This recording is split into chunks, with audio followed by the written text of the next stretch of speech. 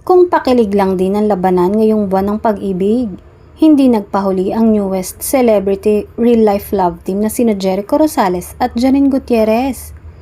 Sa isang nakakakilig na Instagram post, ibinahagi ni Jericho ang isang super sweet na litrato nila ni Janine Gutierrez habang magkasamang naliligo sa isang pool. Walang kahit anong grand gesture o overly dramatic setup, just pure and genuine happiness ang makikita sa kanilang mga ngiti habang magkasamang nagdiwang ng Valentine's Day. Caption ni Echo, V-Day Kids. Syempre, hindi rin nagpahuli si Janine at nag-iwan ng short pero nakakakilig na komento. Cute, cute, cute.